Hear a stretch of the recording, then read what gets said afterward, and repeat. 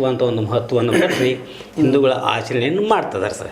ಪಾಡ್ಯ ದಿವಸ ಇರ್ತದೆ ಅಂತ ಪಾಡ್ಯದಲ್ಲಿ ವಿಶೇಷವಾದ ಅಭ್ಯಂಗ ಸ್ನಾನ ಮಾಡ್ತಾರೆ ಸರ್.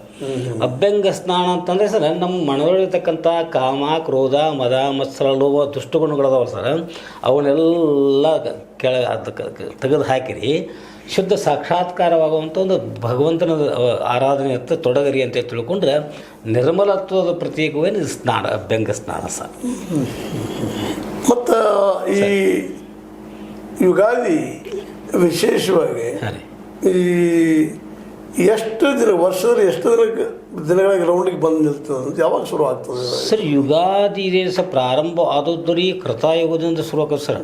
ನಿಮಗೆಲ್ಲ ಗೊತ್ತಿರ್ಬೇಕು ಸರ್ ಅದು. ಯಾಕೆ 17,28,000 ವರ್ಷ ಆಯುಷ್ಯಂತ ಕೃತಾದಾಗ ರೀ, ನಂತರ 12,96,000 ವರ್ಷ ಆಯುಷ್ಯಂತ ತ್ರೇತಾದಾಗ ರೀ, ಮುಂದೆ 8,64,000 ಆಯುಷ್ಯಂತ ದ್ವಾಪರದಾಗ ರೀ, ಈಗ ಸದ್ಯ ಕಲಿಯುಗ ಸೇರಿ 4,32,000 ವರ್ಷ ಆಯುಷ್ಯದ ರೀ.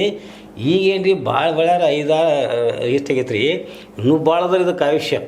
ಇಂಥದ್ರೊಳಗೆ ರೀ ಇದು ಯುಗಾದಿ ಅನಂತ ಕಾಲದಿಂದ ಬರೋಕೆ ಇದಕ್ಕೆ ಆದಿನೂ ಇಲ್ಲ ರೀ, ಅಂತ್ಯನೂ ಇಲ್ಲ ಅಂತಾರೆ ಸರ್. ಅದಕ್ಕೆ ಇದಕ್ಕೆ ಯುಗಾದಿ ಅಂತ ಹೇಳ್ತಾರೆ, ಯುಗಗಳ ಆದಿ.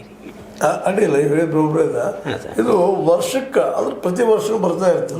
ಬರ್ತದೆ ರೀ. ಇದರಲ್ಲಿ ಎಷ್ಟು ದಿನಗಳು ಇರ್ತಾವ? ನಿಮಗೆಲ್ಲ ಗೊತ್ತಲ್ಲ ಸರ್, 365 ಏನಿಲ್ಲ ಸರ್. ಒಂದು 365 ದಿನಗಳಿದಾವೆ ಸರ್. ಇದಕ್ಕೆ ಅನುಗುಣವಾಗಿ ಏನಾಗ್ತದೆ ಅಂತಾರೆ, ಹಿಂದೂ ಪ್ರಕಾರ, ಹಿಂದೂ ಪಂಚಾಂಗ ಪ್ರಕಾರ 365 ಅದಾವ ರೀ. ಅದಕ್ಕೂ ಏನು ಮಾಡ್ಕೊತ ಹೋಗ್ತಾರೆ ಸರ್ ಇವರು. ಪ್ರತಿ 15 ದಿವಸಕ್ಕೊಂದು ಅದು ಅಕ್ಷತೆಗೆ ಅಮಾವಾಸ್ಯೆ ಹಿಡ್ಕೊಂಡ್ರಿ, ಇವೆಲ್ಲ ಅಕ್ಷತೆಗೆ ಬಾದಾಮಿ ಇವೆಲ್ಲ ಅಮಾವಾಸ್ಯೆ ಬರ್ತಾವೆ ರೀ. ಪ್ರತಿ 15 ದಿವಸ ಪ್ರಕಾರ ಹಿಂದೂಗಳಲ್ಲಿ 30 ದಿವಸ ಇರ್ತದೆ. ಅದು ಒಂದು ವರ್ಷ ಅಧಿಕ ಅದು 31 ಇಲ್ಲಿ ಬರೋದು ಇರೋದಿಲ್ಲ. 360 ದಿವಸ ಬರ್ತಾವ.